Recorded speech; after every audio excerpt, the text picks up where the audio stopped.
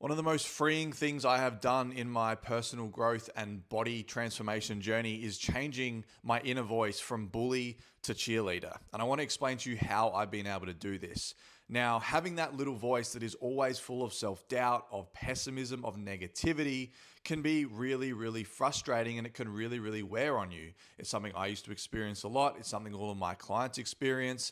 But what we need to understand is that little voice that seemingly is constantly working against you is only reflecting what your core story is, right? This set of belief systems, this narrative that you've been living your life by, that little voice will then talk to you, right? So whenever you go to try and be consistent with your training nutrition, it will pop up and be like, well, hey, like we don't think we're good enough. Our story is that we're not good enough, we're not worthy, we're not capable of changing our body and building confidence. So that's what it's going to tell you.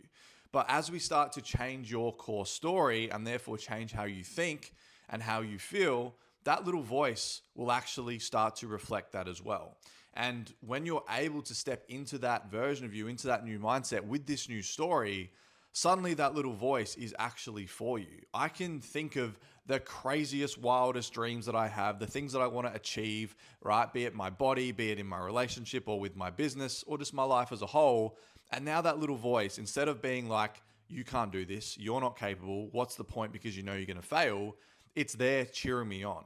It's like, yeah, like let's go. We don't know the how yet, but we have the self-belief, right? And my mind and my body and everything I want is aligned for us to actually be able to get there, right? So we need to stop demonizing that little voice in our head and stop telling ourselves that it is against us and understand that it is just simply playing the song that is our core story, right? We don't get annoyed at our Spotify when it plays a certain song and we don't like it, we just change it, right? So in order for you to change that little voice, that voice of self-doubt, and just your negative language as a whole, we need to change the track that it is playing. And that track is very much dependent on what your core underlying belief and limiting story is that you have lived your life by.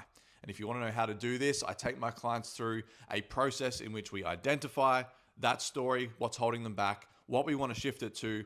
Then I give them the tools to actually go and shift the thinking so they can go out, build the body, build the mindset, build the relationship, and the life that they truly deserve.